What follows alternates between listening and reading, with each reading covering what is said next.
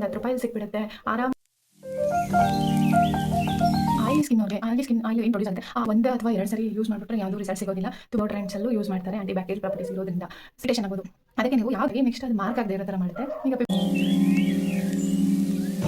ಮತ್ತೆ ಪಿಂಪಲ್ಸ್ ಆಗದೆ ಇರೋ ಥರ ತಡೆಯುತ್ತೆ. ಹೆಂಗಪ್ಪ ಈ ಕ್ಯಾಪ್ಸೂಲ್ ಹಾಕೊಂಡು ಮಿಕ್ಸ್ ಮಾಡಿ ಚೆನ್ನಾಗಿ ಯೂಸ್ ಮಾಡಬಹುದು. ಬ್ಯಾಕ್ಟೀರಿಯಲ್ ಪ್ರಾಪರ್ಟೀಸ್ ಕೂಡ ಇದೆ. ಆಂಟಿ ಮೈಕ್ರೋಬಿಯಲ್ ಅಷ್ಟೆಲ್ಲ ಆಂಟಿ ಬ್ಯಾಕ್ಟೀರಿಯಲ್ ಪ್ರಾಪರ್ಟೀಸ್ ಇರೋದ್ರಿಂದ ಅದು ಪಿಂಪಲ್ ಆಗಿ ಫಾರ್ಮ್ ಆಗುತ್ತೆ. ಹಾಯ್ ಎಲ್ರಿಗೂ ನಮಸ್ಕಾರ.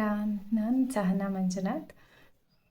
ಇವತ್ತಿನ ವ್ಲಾಗ್ ಬಂದ್ಬಿಟ್ಟು ಸ್ಕಿನ್ ಕೇರ್ ಬಗ್ಗೆ ನಾನು ಆಲ್ರೆಡಿ ಮಾಡಿದ್ದೆ ನನ್ನ ಚಾನಲಲ್ಲಿ. ಸಹನಾ ಮಂಜುನಾಥ್ ಅಂತಲೇ ಚಾನಲ್ ಇತ್ತು, ಬಟ್ ನನ್ನ ಚಾನಲ್ ಡಿಲೀಟ್ ಆಗಿದೆ. ಅದೇ ಒಂದು ಬೇಜಾರಿನ ವಿಷಯ. ಅಂದರೆ ಮೊದಲು ನನ್ನ ಯೂಟ್ಯೂಬ್ ಚಾನಲ್ನ ಯಾರು ಫಾಲೋ ಮಾಡ್ತಿದ್ರಿ, ಯಾರು ಸಬ್ಸ್ಕ್ರೈಬ್ ಮಾಡಿ ಸಪೋರ್ಟ್ ಮಾಡಿದ್ರಿ, ಅವರೇನಾದರೂ ಈ ವಿಡಿಯೋ ನೋಡ್ತಿದ್ರೆ ಪ್ಲೀಸ್ ಈ ಚಾನಲ್ಗೂ ಸಬ್ಸ್ಕ್ರೈಬ್ ಮಾಡಿ ಸಪೋರ್ಟ್ ಮಾಡಿ. Thank you. ಮತ್ತು ಯಾರಾದರೂ ನನ್ನ ವೀಡಿಯೋಸ್ನ ನೋಡ್ತಿದ್ರೆ ಅಂತ ಅನ್ಕೋಬೋದು ಬೇರೆ ವಿಡಿಯೋನು, ಅಂದರೆ ಇದಕ್ಕಿಂತ ಒಂದು ಮುಂಚೆ ಹಾಕಿದ ವಿಡಿಯೋನಲ್ಲಿ ನಾನು ಹೇಳಿದ್ದೆ ನನ್ನ ಚಾನಲ್ ಡಿಲೀಟ್ ಆಗಿದೆ ಅಂತ. ಬಟ್ ಅವ್ರು ಅನ್ಕೋಬೋದು ಇನ್ನು ಪ್ರತಿ ವಿಡಿಯೋನಲ್ಲೂ ಚಾನಲ್ ಡಿಲೀಟ್ ಆಗಿರೋದ್ರ ಬಗ್ಗೆ ಹೇಳ್ತಿದ್ದಾರೆ ಅಂತ. ಡಿಲೀಟ್ ಆಗಿರೋರಿಗೆ ಗೊತ್ತಿರುತ್ತೆ ಅದರ ಬೇಜಾರೇನು ಅಂತ. ಅದಕ್ಕೆ ಅಷ್ಟು ಸಬ್ಸ್ಕ್ರೈಬರ್ಸ್ ಆಗಿದ್ದರು, ಸಬ್ಸ್ಕ್ರೈಬರ್ಸ್ ಆಗೋದೇ ಕಷ್ಟ ಅಂಥದ್ದೆಲ್ಲ ಆಗಿದ್ರು, ಅಂಥ ಚಾನಲ್ ಹೋಯ್ತು ಅಂತ ಅಂದ್ಬಿಟ್ಟು ತುಂಬ ಏನಲ್ಲ. ಈಗ ಒಬ್ಬರು ಸಬ್ಸ್ಕ್ರೈಬ್ ಮಾಡಿದ್ರು ಅದು ದೊಡ್ಡ ವಿಷಯನೇ. ಯಾಕಂದರೆ ಯಾರೋ ಗೊತ್ತಿಲ್ಲದೆ ಇರೋರು ಸಬ್ಸ್ಕ್ರೈಬ್ ಮಾಡಬೇಕಂದ್ರೆ ಅದು ನಿಜವಾಗ್ಲೂ ದೊಡ್ಡ ವಿಷಯನೇ ಆಗುತ್ತೆ. ಸೊ ನಾವೇನೋ ನಮಗೆ ಗೊತ್ತಿರೋದನ್ನ ಹೇಳ್ತೀವಿ, ಅದಕ್ಕೆ ಅವರು ಸಬ್ಸ್ಕ್ರೈಬ್ ಮಾಡಿ ನಮ್ಮನ್ನು ವೀಡಿಯೋಸ್ನ ನೋಡ್ತಾರೆ ಅಂತಂದರೆ ಅದು ದೊಡ್ಡ ವಿಷಯನೇ ಅಲ್ವಾ. ಅದಕ್ಕೆ ಹೇಳ್ತಿದ್ದೀನಿ. ನಾನು ಫ್ರೀಕ್ವೆಂಟಾಗಿ ನೋಡ್ತಿದ್ದು ಕಮೆಂಟ್ಸು, ಬೇರೆಯವ್ರ ವೀಡಿಯೋನಲ್ಲಿ ಕಮೆಂಟ್ಸು, ಬೇರೆಯವ್ರ ವೀಡಿಯೋ ನೋಡಬೇಕಾದ್ರೆ ಅದರಲ್ಲೆಲ್ಲ ಕಮೆಂಟ್ಸು ಸ್ಕಿನ್ ಕೇರ್ ಬಗ್ಗೆ ಯಾವ ಥರ ಕೇಳ್ತಿರ್ತಿದ್ರು ಅಂತ. ಅದಕ್ಕೆ ನಾನು ಹಾಲಮ್ ಸ್ಟೋನ್ ಅಥವಾ ಸ್ಫಟಿಕ ಅಂತ ಏನಂತ ಕರಿತೀವಿ ನಾವು ಕನ್ನಡದಲ್ಲಿ, ಅದ್ರ ಬಗ್ಗೆ ನಾನು ತಿಳಿಸಿದ್ದೆ ಒಂದು ವೀಡಿಯೋನಲ್ಲಿ. ಅದಕ್ಕೆ ತುಂಬ ಜನ ಕಮೆಂಟ್ಸ್ ಕೂಡ ಮಾಡಿದರು, ಯಾವ ಥರ ಎಲ್ಲಿ ಸಿಗುತ್ತೆ ಅಂತ ಹೇಳ್ಬಿಟ್ಟು. ಎಲ್ಲ ಗ್ರಂಥಿಗೆ ಅಂಗಡಿ ಅಂತೀವಲ್ಲ ಅಲ್ಲೆಲ್ಲನೂ ಸಿಗುತ್ತೆ. ಮಾಮೂಲಿ ಪ್ರಾವಿಷನ್ ಸ್ಟೋರ್ಸಲ್ಲಿ ಸಿಗುತ್ತೆ ಅಂತ ಅನಿಸುತ್ತೆ ಸ್ಫಟಿಕ ಅದೆಲ್ಲ. ಬಟ್ ನಾನು ಗ್ರಂಥಿಗೆ ಅಂಗಡಿಯಿಂದನೇ ತಂದಿದ್ದು. ನಾವು ಲಾಸ್ಟ್ ಟೈಮು ನಾನು ಈ ಹಾಲಮ್ ಸ್ಟೋನ್ ಅಥವಾ ಸ್ಫಟಿಕದ ಬಗ್ಗೆ ವಿಡಿಯೋ ಮಾಡಿದಾಗ ಒಬ್ಬರು ಕಮೆಂಟ್ ಮಾಡಿದರು, ಇದು ಮುಖಕ್ಕೆ ಅಷ್ಟೇ ಅಲ್ಲ, ನೀವು ಹೇಳಿರೋ ಟಿಪ್ಸ್ ಅಷ್ಟೇ ಅಲ್ಲ, ಮನೆ ಒರೆಸೋಕ್ಕೂ ಮನೆ ಕ್ಲೀನಿಂಗ್ ಟೈಮಲ್ಲಿ, ಅಂದರೆ ಮನೆ ಒರೆಸೋವಾಗ ಆ ಪುಡಿನ ಹಾಕಿ ಮನೆ ಒರೆಸಿದ್ರೆ ಶೈನಿಂಗ್ ಬರುತ್ತೆ ಅಂತ ಹೇಳ್ಬಿಟ್ಟು ನಾವು ಯೂಸ್ ಮಾಡ್ತಿದ್ದೀವಿ ಅಂತ. ಹೌದು ನಿಜ, ನಾವು ನಮ್ಮನೆಯಲ್ಲೂ ಸಹ ಯೂಸ್ ಮಾಡ್ತೀವಿ. ಬರೀ ಅಷ್ಟೇ ಅಲ್ಲ, ಶೈನಿಂಗ್ ಬರೋದು ಅಷ್ಟೇ ಅಲ್ಲ, ಮನೇಲಿ ಪಾಸಿಟಿವ್ ಎನರ್ಜಿ ಇರಬೇಕು ಅಂತ ಅಂದ್ಬಿಟ್ಟು ಈ ಅರಿಶಿನ ಮತ್ತು ಸ್ಫಟಿಕ ಎಲ್ಲದನ್ನು ಪುಡಿ ಮಾಡಿಟ್ಕೊಂಡು ಹಾಕಿ ನೀರಲ್ಲಿ ಮಿಕ್ಸ್ ಮಾಡಿ ಅದನ್ನು ಮನೆ ಒರೆಸೋದ್ರಿಂದ ಮನೇಲೇನೋ ಪಾಸಿಟಿವ್ ಎನರ್ಜಿ ಇರುತ್ತೆ ಅಂತಂದ್ಬಿಟ್ಟು ಒಂದು ನಂಬಿಕೆ, ರೂಢಿ ಅಂತಾರಲ್ಲ ಆ ಥರ. ಅದಕ್ಕೆ ನಾವು ನಮ್ಮನೆಯಲ್ಲೂ ಸಹ ಅದನ್ನು ಯೂಸ್ ಮಾಡ್ತೀವಿ. ಅದನ್ನು ರೂಢಿ ಮಾಡ್ಕೊಂಡು ಬಂದಿದ್ದೀವಿ ಮುಂಚೆಯಿಂದನೂ. ನಮ್ಮ ಮನೆಯಲ್ಲಿ ನಮ್ಮಮ್ಮ ಈ ಥರದನ್ನೆಲ್ಲ ತುಂಬ ನಂಬ್ತಾರೆ. ಸೊ ಒಳ್ಳೆಯದಾಗುತ್ತೆ ಅನ್ನೋದ್ರಲ್ಲಿ ಅವ್ರ ನಂಬಿಕೆನ ನಾವು ನಂಬೋದ್ರಲ್ಲಿ ತಪ್ಪೇನಿಲ್ಲ ಅಂತ ನಾವು ಅದನ್ನು ರೂಢಿ ಮಾಡ್ಕೊಂಡು ಬಂದಿದ್ದೀವಿ. ಹಾಲಮ್ ಸ್ಟೋನ್ ಅಥವಾ ಸ್ಫಟಿಕ ಅಂದರೆ ಇನ್ನೇನಿಲ್ಲ, ಅದು ರಾಸಾಯನಿಕಗಳ ಮಿಶ್ರಣ ಆಗಿದೆ ಅಷ್ಟೇ. ಅದು ಅಲ್ಯೂಮಿನಿಯಂ ಸಲ್ಫೇಟ್ ಮತ್ತು ಪೊಟ್ಯಾಷಿಯಂ ಸಲ್ಫೇಟ್ಗಳ ಮಿಶ್ರಣ ಅಂತಲೇ ಹೇಳ್ಬೋದು. ಇದು ಅವೆರಡು ಮಿಶ್ರಣಗಳಿಂದ ಆಗಿರೋ ಈ ಕಲ್ಲು, ಹಾಲಮ್ ಕಲ್ಲು ಅಥವಾ ಸ್ಫಟಿಕ ಅಂತ ನಾವೇನು ಕರಿತೀವಿ, ಅದು ಫಾರ್ಮ್ ಆಗಿರೋವಂಥದ್ದು. ತುಂಬ ಬೇರೆ ಬೇರೆ ಕಡೆ ಫೀಲ್ಡಲ್ಲಿ ಬೇರೆ ಬೇರೆ ಥರ ಯೂಸ್ ಮಾಡ್ತಾ ಇದ್ದಾರೆ. ವಾಟರ್ ಪ್ಯೂರಿಫಿಕೇಷನ್ ಅಲ್ಲಾಗಿರಬಹುದು, ಮತ್ತು ಕಾಸ್ಮೆಟಿಕ್ಸಲ್ಲಿ, ಮೆಡಿಸಿನ್ನಲ್ಲಿ ನೈಸರ್ಗಿಕವಾಗಿ ಇದನ್ನು ಟ್ರೀಟ್ ಮಾಡೋಕ್ಕೆ, ನೈಸರ್ಗಿಕವಾಗಿ ಚಿಕಿತ್ಸೆ ಮಾಡೋಕ್ಕೆ ಇದನ್ನು ಮುಂಚೆ ಕಾಲದಿಂದ ಯೂಸ್ ಮಾಡ್ತಿದ್ರು. ಅದು ನಮಗೆ ಗೊತ್ತಿಲ್ಲ ಅಷ್ಟೇ. ಎಷ್ಟೊಂದು ನಮಗೆ ಹಳೆ ಮೆಡಿಸಿನ್ಗಳು ಇವಾಗ ಗೊತ್ತೇ ಇಲ್ಲ. ಈಗೀಗ ಯಾರಾದರೂ ವೀಡಿಯೋನಲ್ಲಿ ನೋಡಿದ್ರೆ ಹೌದಲ್ವಾ ಅಂತ ಅನಿಸುತ್ತೆ. ಯಾಕಂದರೆ ನಾನು ಲಾಸ್ಟ್ ಈ ವಿಡಿಯೋ ಮಾಡಿದಾಗ ಅವ್ರು ಯಾರೋ ನನಗೆ ಕಮೆಂಟ್ ಮಾಡಿದ್ರು, ಏನು ಇದನ್ನು ನಾವು ಮನೆ ಒರೆಸೋಕ್ಕೂ ಹಾಕಿ ಯೂಸ್ ಮಾಡ್ತೀವಿ, ಶೈನಿಂಗ್ ಬರುತ್ತೆ ಅಂತ ಅಂದ್ಬಿಟ್ಟು. ಹೌದು, ನಾವು ಯೂಸ್ ಮಾಡ್ತೀವಿ, ಬಟ್ ನಾನು ಅದು ಹೇಳೋದೇ ಮರ್ತಿದ್ದೆ. ಹಾಗೇ ನಾವೇ ಬಳಸ್ತಾ ಇರ್ತೀವಿ, ದಿನನಿತ್ಯನೂ ಬಳಸ್ತಿರ್ತೀವಿ, ಆದರೂ ನಮಗೆ ಎಲ್ಲೋ ಒಂದು ಕಡೆ ಹೇಳೋದು ಮರ್ತೋಗುತ್ತೆ. ಅಥವಾ ನಮ್ಮಮ್ಮ ಅವರು ಯೂಸ್ ಮಾಡ್ಕೊಂಡು ಬಂದಿರ್ತಾರೆ, ಅದನ್ನು ನಾವು ಹೌದಾ ಇದನ್ನು ಈ ಥರ ಮಾಡ್ತಿದ್ರೆ ಅಂತ ಕೇಳಿದಾಗ ಅವರು ಹೌದು ನಾವು ಮಾಡ್ತಿದ್ದೀವಿ ಅಂತ ಹೇಳ್ತಾರೆ. ಎಷ್ಟೊಂದು ಕಡೆ ಇದೇ ಥರ ಮಿಸ್ ಆಗಿರುತ್ತೆ ಅಷ್ಟೇ. ಯೂಸ್ ಮಾಡ್ತಿರ್ತೀವಿ ಬಟ್ ಅದ್ರ ಬಗ್ಗೆ ಗೊತ್ತೇ ಇರಲ್ಲ. ಆ ಥರನೂ ಕೆಲವೊಂದು ಸರಿ ಆಗಿರುತ್ತೆ. ಸ್ಕಿನ್ಗೆ ಯಾವುದೆಲ್ಲ ರೀತಿಯಿಂದ ಉಪಯೋಗ ಅಂತ ಅಂದರೆ, ಇದು ಪಿಂಪಲ್ ಆಗಿ ಪೋರ್ಸ್ ಆಗಿರುತ್ತಲ್ಲ, ಪಿಂಪಲ್ ಆಲ್ರೆಡಿ ಆಗಿರೋರ್ಗಾದರೆ ಪಿಂಪಲ್ ಆಗಿ ಪೋರ್ಸ್ ಆಗಿರುತ್ತಲ್ಲ, ಆ ಪೋರ್ಸ್ನ ಕ್ಲೋಸ್ ಮಾಡೋಕ್ಕೆ ಇದು ತುಂಬಾ ಹೆಲ್ಪ್ ಮಾಡುತ್ತೆ. ಮತ್ತು ಪಿಂಪಲ್ಸ್ ಆಗದೆ ಇರೋ ಥರ ತಡೆಯುತ್ತೆ. ಹೆಂಗಪ್ಪ ಪಿಂಪಲ್ ಆಗದೆ ಇರೋ ಥರ ತಡೆಯೋದು ಅಂದರೆ, ಆ್ಯಕ್ಚುಲಿ ನಮಗೆ ಪಿಂಪಲ್ ಆಗೋದೇ ಈಗ ನೀವು ನೋಡಿರ್ಬೋದು, ಡ್ರೈ ಸ್ಕಿನ್ ಅವ್ರಿಗೆ ಬೇರೆ ಥರ ಸ್ಕಿನ್ ಪ್ರಾಬ್ಲಮ್ಸ್ ಇದ್ದರೆ, ಆಯಿಲಿ ಸ್ಕಿನ್ನವ್ರಿಗೆ ಆಯಿಲ್ ಪ್ರೊಡಕ್ಷನ್ ಜಾಸ್ತಿಯಾಗಿ ಆಯಿಲ್ ಹಂಗೆ ಇದ್ದು ಅದ್ರ ಮೇಲೆ ಡರ್ಟ್ ಎಲ್ಲ ಆಗಿ ಅದು ಪಿಂಪಲ್ ಆಗಿ ಫಾರ್ಮ್ ಆಗುತ್ತೆ. ಇದೇ ಹೆಚ್ಚಿಗೆ ಆಗೋದು. ಈ ಆಯಿಲಿ ಸ್ಕಿನ್ನವ್ರಿಗೆ ಆಯಿಲ್ ಏನು ಪ್ರೊಡ್ಯೂಸ್ ಆಗುತ್ತೆ, ಆ ಆಯಿಲ್ ಪ್ರೊಡ್ಯೂಸ್ ಆಗೋದನ್ನು ಇದು ಕಂಟ್ರೋಲ್ ಮಾಡುತ್ತೆ. ಹಂಗಾಗಿ ಪಿಂಪಲ್ ಆಗೋದು ಕಂಟ್ರೋಲ್ ಆಗುತ್ತೆ. ಸೊ ಅದಕ್ಕೆ ಹೇಳ್ತಿರೋದು, ಇದನ್ನು ಯೂಸ್ ಮಾಡೋದ್ರಿಂದ ಆಲ್ರೆಡಿ ಆಗಿರೋ ಪಿಂಪಲ್ ಪೋರ್ಸು ಕ್ಲೋಸ್ ಆಗೋದ್ರ ಜೊತೆಗೆ ಹೊಸ ಪಿಂಪಲ್ಸ್ ಆಗದೆ ಇರೋ ಥರ ಇದು ತಡೆಯುತ್ತೆ. ಇದನ್ನು ಆಯುರ್ವೇದದಲ್ಲಿ ಮುಂಚೆ ಹೆಚ್ಚಾಗಿ ಬಳಸ್ತಾ ಇದ್ರು. ಹಂಗಾಗಿನೇ ನಮ್ಮ ಹಳಬರು ಏನಿರ್ತಾರೆ, ಹಿರಿಯರು ಅಂತ ಏನಂತೀವಿ ನಾವು, ನಮ್ಮ ಅಜ್ಜಿ ಆಗಿರ್ಬೋದು, ಅವರ ಅಮ್ಮ ಅವರೆಲ್ಲ ಆಗಿರ್ಬೋದು. ನಮ್ಮ ಅಮ್ಮ ಅವರು ಪರವಾಗಿಲ್ಲ ಬೆಟರೆ, ಆದರೆ ನಮಗೇ ಜಾಸ್ತಿ ಅಧ್ವಾನ ಆಗಿರೋದು. ನಾವೇ ಈ ಥರ ಏನು ಇಂಗ್ಲೀಷ್ ಮೆಡಿಸನ್ನು ಟ್ರೀಟ್ಮೆಂಟು ಏನಾದರೂ ಒಂದು ಕೊಳ್ಳೆ ಬರೋಷ್ಟರಲ್ಲಿ ಡಾಕ್ಟರ್ ಹತ್ರ ಹೋಗ್ತೀವಿ, ಅದು ಇದು ಅಂತ. ಅದು ತಪ್ಪೇನಲ್ಲ, ಬಟ್ ಜಾಸ್ತಿ ಆದಾಗ ಅದೇ ಬೆಟರ್. ಯಾಕಂದರೆ ನಮಗೆ ಎಷ್ಟು ದಿನ ಅಂತ ಹಾಗೆ ಗುಳ್ಳೆ ಎಲ್ಲ ನೋಡ್ಕೊಂಡಿರೋಕ್ಕಾಗಲ್ಲ. ಒಟ್ಟು ಬೇಗ ವಾಸಿ ಆಗಿಬಿಡ್ಬೇಕು. ಬಟ್ ಆಗದೇ ಇರೋ ಥರನೂ ಮಾಡ್ಕೋಬೋದು. ಅದಕ್ಕೆ ಆಗಿನ ಕಾಲದವ್ರಿಗೆ ಆಗ್ತಾನೆ ಇರಲಿಲ್ಲ.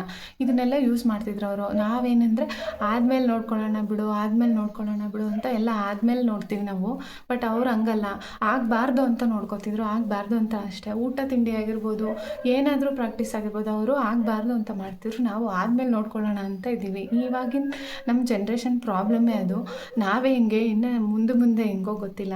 ಹೇಳ್ದಂಗೆ ಇದನ್ನು ಆಯುರ್ವೇದಿಕ್ಕಲ್ಲಿ ನೈಸರ್ಗಿಕವಾಗಿ ಚಿಕಿತ್ಸೆ ಮಾಡೋಕ್ಕೆ ಯೂಸ್ ಮಾಡ್ತಿದ್ರು. ಯಾಕೆ ಅಂದರೆ ಇದು ಆಂಟಿ ಮೈಕ್ರೋಬಿಯಲ್ ಪ್ರಾಪರ್ಟೀಸ್ ಇರೋದ್ರಿಂದ, ಈ ಸ್ಫಟಿಕ ಅಥವಾ ಹಾಲಮ್ ಕಲ್ಲು ಅಂತ ಏನಂತ ಕರಿತೀವಿ, ಹಾಲಮ್ ಸ್ಟೋನ್, ಇದರಲ್ಲಿ ಆಂಟಿ ಮೈಕ್ರೋಬಿಯಲ್ ಪ್ರಾಪರ್ಟೀಸ್ ಇರೋದ್ರಿಂದ ಇದನ್ನು ನೈಸರ್ಗಿಕವಾಗಿ ಚಿಕಿತ್ಸೆ ಮಾಡೋದಕ್ಕೆ ಇದನ್ನು ತುಂಬ ಯೂಸ್ ಮಾಡ್ತಿದ್ರು. ಮತ್ತು ಇದು ಸ್ಕಿನ್ಗೆ ತುಂಬಾ ಒಳ್ಳೆಯದು. ಏನೇ ಆಗಿರ್ಬೋದು, ಇದನ್ನು ಹೆಚ್ಚಾಗಿ ಯೂಸ್ ಮಾಡೋದ್ರಿಂದ ಎಲ್ಲದರಿಂದನೂ ಅಷ್ಟೇ ಅಲ್ವಾ, ಅಡ್ವಾಂಟೇಜಸ್ಸು ಡಿಸ್ಅಡ್ವಾಂಟೇಜಸ್ಸು ಇರೋದು. ಹಾಗೆಯೇ ಇದನ್ನು ನಾವು ಯೂಸ್ ಮಾಡೋದ್ರಿಂದ ಕೆಲವ್ರಿಗೆ ರ್ಯಾಷಸ್ಸು ಅಥವಾ ಇರಿಟೇಷನ್ ಆಗ್ಬೋದು. ಅದಕ್ಕೆ ನೀವು ಯಾವುದಾದ್ರೂ ರೆಮಿಡಿ ಆಗಿರಲಿ, ನೀವು ಯೂಟ್ಯೂಬಲ್ಲಿ ನೋಡೋದಾಗಿರ್ಬೋದು ಅಥವಾ ಗೂಗಲ್ ಎಲ್ಲಾದರೂ ಸರ್ಚ್ ಮಾಡಿ ನೋಡೋ ರೆಮಿಡೀಸ್ ಆಗಿರ್ಬೋದು, ನಿಮ್ಮ ಸ್ಕಿನ್ಗೆ ಒಪ್ಪುತ್ತಾ, ನಿಮಗೆ ಅಡ್ಜಸ್ಟ್ ಆಗುತ್ತಾ ಅಂತ ನೋಡಿ ನೀವು ಅದನ್ನು ಕಂಪ್ಲೀಟಾಗಿ ಯೂಸ್ ಮಾಡಬೇಕಾಗುತ್ತೆ. ಯಾಕೆಂತಂದರೆ ಮತ್ತೆ ನಮ್ಗೆ ಅಡ್ಜಸ್ಟ್ ಆಗಿಲ್ಲ ಅಂದರೆ ಅದರಿಂದ ಇದೋಗಿ ಇನ್ನೊಂದಾಗುತ್ತೆ ಅಂತಾರಲ್ಲ, ಹಂಗಾಗ್ಬಿಡುತ್ತೆ. ಅದಕ್ಕೆ ನೀವು ಯಾವಾಗಾದರೂ ಆಗಲಿ ಪ್ಯಾಚ್ ಟೆಸ್ಟ್ ಮಾಡ್ಕೊಂಡು ನೋಡಬೇಕು. ಯಾವುದೇ ಒಂದು ಮೇಯ್ನಾಗಿ ಇದನ್ನು ಯಾಕೆ ಯೂಸ್ ಮಾಡಬೇಕು ಅಂತ ಅಂದರೆ, ಈಗ ಮೇಯ್ನ್ ಪ್ರಾಬ್ಲಮ್ಮೇ ಬಂದ್ಬಿಟ್ಟು ಪಿಗ್ಮೆಂಟೇಷನ್ ಏನಿದೆ ಇವಾಗಿನ ಸ್ಟ್ರೆಸ್ಗೋ ಅಥವಾ ಇವಾಗಿನ ಫುಡ್ ಹ್ಯಾಬಿಟ್ಸು ಅಥವಾ ನಮ್ಮ ಅಭ್ಯಾಸಗಳು, ರೂಢಿ ಮಾಡ್ಕೊಂಡಿರೋ ಅಭ್ಯಾಸಗಳು ಸರಿ ಇಲ್ವೋ, ಪಿಗ್ಮೆಂಟೇಷನ್ನು ಜಾಸ್ತಿ ಆಗ್ತಾಯಿದೆ. ಸೊ ಈ ಪಿಗ್ಮೆಂಟೇಷನ್ನ ಕಂಟ್ರೋಲ್ ಮಾಡೋಕ್ಕೆ, ಅಂದರೆ ಅದು ಬಂದಿರೋದನ್ನ ಹೋಗಲಾಡಿಸೋದಕ್ಕೆ ಕೂಡ ಇದು ತುಂಬಾ ಹೆಲ್ಪ್ ಆಗುತ್ತೆ. ಇದನ್ನು ಹೆಂಗಪ್ಪ ಯೂಸ್ ಮಾಡೋದು ಅಂತಂದರೆ, ಇದು ಸ್ಟೋನ್ ಸಿಗುತ್ತೆ, ಅದನ್ನು ನಾವು ಪುಡಿ ಮಾಡ್ಕೋಬೋದು. ಸಣ್ಣ ಪೀಸ್ ಮಾಡಿಬಿಟ್ಟು ಮಿಕ್ಸರ್ ಜಾರಲ್ಲಿ ಹಾಕಿ ಪುಡಿ ಮಾಡ್ಕೋಬೋದು. ಇದು ಒಂದು ಸ್ವಲ್ಪ ನಿಮ್ಗೆ ಎಷ್ಟು ಬೇಕೋ ಅಷ್ಟು, ಅಥವಾ ನೀವು ಪಿಂಪಲ್ಸ್ ಮಾತ್ರ ಹಚ್ಚೋಂಗಿದ್ರೆ ಅಷ್ಟು ಒಂದು ಸ್ವಲ್ಪ ಪುಡಿ ತೊಗೊಂಡು ಅದನ್ನು ವಿಟಮಿನ್ ಈ ಕ್ಯಾಪ್ಸೂಲ್ ಹಾಕ್ಕೊಂಡು ಮಿಕ್ಸ್ ಮಾಡಿ ಚೆನ್ನಾಗಿ ಯೂಸ್ ಮಾಡಬಹುದು. ಪಿಂಪಲ್ಸ್ಗೂ ಹಚ್ಚಬಹುದು. ಪಿಂಪಲ್ಸು ಅಥವಾ ಪಿಗ್ಮೆಂಟೇಷನ್ ಇದೆ ಅಲ್ಲಿಗೂ ಅಪ್ಲೈ ಮಾಡ್ಬೋದು. ಪಿಂಪಲ್ಸ್ಗೆ ಹಚ್ಚೋದ್ರಿಂದ ಇದೇನಾಗುತ್ತೆ, ಆಂಟಿ ಬ್ಯಾಕ್ಟೀರಿಯಲ್ ಪ್ರಾಪರ್ಟೀಸ್ ಕೂಡ ಇದೆ. ಆಂಟಿ ಮೈಕ್ರೋಬಿಯಲ್ ಅಷ್ಟೇ ಅಲ್ಲ, ಆಂಟಿ ಬ್ಯಾಕ್ಟೀರಿಯಲ್ ಪ್ರಾಪರ್ಟೀಸು ಇರೋದ್ರಿಂದ ಯಾವುದೇ ಇವಾಗ ಪಿಂಪಲಲ್ಲಿ ಬ್ಯಾಕ್ಟೀರಿಯಾ ಅದು ಪಸ್ ಎಲ್ಲ ಇರುತ್ತಲ್ಲ, ಸೊ ಅದನ್ನು ಹೋಗ್ಲಾಡಿಸುತ್ತೆ. ಅದು ನಿಮ್ಮ ಪಿಂಪಲ್ ಕ್ಲೀನಾಗಿ ನೆಕ್ಸ್ಟ್ ಅದು ಮಾರ್ಕ್ ಆಗದೆ ಇರೋ ಥರ ಮಾಡುತ್ತೆ. ಈಗ ಪಿಗ್ಮೆಂಟೇಷನ್ ಅಷ್ಟೇ, ಪಿಗ್ಮೆಂಟೇಷನ್ ಮಾರ್ಕ್ಸ್ನ ಕಮ್ಮಿ ಮಾಡ್ತಾ ಬರುತ್ತೆ. ಡಾರ್ಕ್ ಸ್ಪಾಟ್ಸ್ ಆಗಿರ್ಬೋದು ಅದನ್ನು ರಿಮೂವ್ ಮಾಡುತ್ತೆ ನಿಧಾನವಾಗಿ. ಯಾವುದೇ ಆಗಿರ್ಬೋದು ತುಂಬ ಟೈಮ್ ತೊಗೊಂಡೆ ವಾಸಿ ಆದ್ರೇ ಅದು ನಮಗೆ ಒಳ್ಳೆ ರಿಸಲ್ಟು. ಯಾವುದು ಅರ್ಜೆಂಟಾಗಿ ಆಗಬೇಕು ಅಂತಂದರೆ ಯಾವುದೂ ಆಗೋದಿಲ್ಲ. ಯಾವುದಾದ್ರೂ ಆಗಲಿ ಸ್ವಲ್ಪ ಟೈಮ್ ತೊಗೊಂಡು ಸ್ವಲ್ಪನೇ ಯಾವುದು ನಿಧಾನಕ್ಕಾಗಿ ನಮಗೆ ಒಳ್ಳೆ ರಿಸಲ್ಟು. ಫೈನಲಾಗಿ ನಮ್ಗೆ ಬೇಕಾಗಿರೋದು ಒಂದು ಒಳ್ಳೆ ರಿಸಲ್ಟ್ ಬೇಕಂದರೆ ಸ್ವಲ್ಪ ದಿನ ಕಾಯಲೇಬೇಕಾಗುತ್ತೆ. ಎಲ್ಲ ವಿಷಯದಲ್ಲೂ ಅಷ್ಟೇ. ಸೊ ಕಾಯಬೇಕಾಗುತ್ತೆ. ಸ್ವಲ್ಪ ಪೇಷನ್ಸ್ ಇಟ್ಕೊಂಡು ಇದನ್ನು ಯೂಸ್ ಮಾಡಿ ಕಾದು ನೋಡೋದ್ರಿಂದ ನೀಟಾಗಿ ನಮ್ಮ ಫೇಸ್ ಕ್ಲಿಯರ್ ಆಗುತ್ತೆ ಅಂತ ನಾನು ಈ ಒಂದು ರೆಮಿಡಿನ ಯೂಸ್ ಮಾಡಿ ನೋಡಿ ಅಂತ ಹೇಳ್ತೀನಿ. ನಮ್ಮ ಮನೆ ಹತ್ರ ನಾಯಿ ತುಂಬ ಜೋರಾಗಿ ಬೊಗಳ್ತಾ ಇದೆ. ಯಾವ ಇದರಲ್ಲಿ ಆದರೂ ಡೋರೆಲ್ಲ ಕ್ಲೋಸ್ ಮಾಡಿದ್ದೀನಿ, ಬಟ್ ಆದರೂ ಬೇರೆ ಕಡೆ ಇವೆಲ್ಲ ಬಂದ್ಬಿಟ್ಟಿವೆ. ಸೊ ಇದು ಮನುಷ್ಯರು ನೋಡಿದ್ರೆ ಅಷ್ಟು ಗಲಾಟೆ ಮಾಡಲ್ಲ, ಬಟ್ ಅವ್ರ ಫ್ರೆಂಡ್ಸ್ನ ನೋಡಿದ್ರೆ ತುಂಬ ಗಲಾಟೆ ಮಾಡುತ್ತೆ. ಯಾವ ವಿಡಿಯೋನಲ್ಲಿ ಹೆಂಗೆ ಕೇಳಿಸುತ್ತೋ ಇದರಲ್ಲಿ ಯಾವ ಕ್ಲಿಪ್ಪಲ್ಲಿ ಗೊತ್ತಿಲ್ಲ, ಚೂರು ಅಡ್ಜಸ್ಟ್ ಮಾಡ್ಕೊಂಡು. ಅಷ್ಟೇ ಅಲ್ಲ, ಆಂಟಿ ಬ್ಯಾಕ್ಟೀರಿಯಲ್ ಪ್ರಾಪರ್ಟೀಸ್ ಇರೋದ್ರಿಂದ ಇದನ್ನು ನ್ಯಾಚುರಲ್ ಡಿಯೋಡ್ರೆಂಟ್ಸಲ್ಲೂ ಯೂಸ್ ಮಾಡ್ತಾರೆ. ಆಂಟಿ ಬ್ಯಾಕ್ಟೀರಿಯಲ್ ಪ್ರಾಪರ್ಟೀಸ್ ಇರೋದ್ರಿಂದ ಸೊ ಇಷ್ಟೆಲ್ಲ ಅದ್ಭುತವಾದ ಏನಂತಾರೆ ಬೆನಿಫಿಟ್ಸ್ ಇಟ್ಕೊಂಡು ನಾವು ಇದನ್ನು ಯಾಕೆ ಯೂಸ್ ಮಾಡ್ಬೋದು. ಅದು ಒಂದು 10 ರೂಪಾಯಲ್ಲಿ ಸಿಕ್ಬಿಡುತ್ತೆ, ಆರಾಮಾಗಿ ಯೂಸ್ ಮಾಡ್ಬೋದು. ಟ್ರೈ ಮಾಡೋಕ್ಕೆ ಕೂಡ ನಿಮಗೆ ಬೇರೆವಾದರೆ, ಇವಾಗ ಬೇರೆ ಯಾವುದೋ ಕ್ರೀಮ್ಸೋ ಅಥವಾ ಬೇರೆವೇನಾದರೂ ಆದರೆ ರೇಟ್ ಕೂಡ ಜಾಸ್ತಿ ಇರುತ್ತೆ. ಟ್ರೈ ಮಾಡಿ ನೋಡೋಕ್ಕೆ ಅಷ್ಟೊಂದು ವೇಸ್ಟ್ ಮಾಡಬೇಕಂತೆಲ್ಲ ಆಗುತ್ತೆ. ಬಟ್ ಇದು ತುಂಬ ರೇಟ್ ಕೂಡ ತುಂಬ ಕಮ್ಮಿ ಇದೆ. ಸೊ ನೀವು ಟ್ರೈ ಮಾಡಿ ನೋಡೋಕ್ಕೆ ಇದು ಬೆಸ್ಟ್ ಅಂತಲೇ ಹೇಳ್ಬೋದು. ಮತ್ತು ಇದು ವೇಸ್ಟ್ ಸಹ ಆಗೋದಿಲ್ಲ. ನಿಮ್ಮ ಫೇಸ್ಗೆ ಅಡ್ಜಸ್ಟ್ ಆಗಿಲ್ಲ ಅಂತಂದರೆ ಮನೆಗೆ ವರ್ಷಕ್ಕೆ ಹಾಕ್ಕೊಂಡು ಯೂಸ್ ಮಾಡ್ಬೋದು.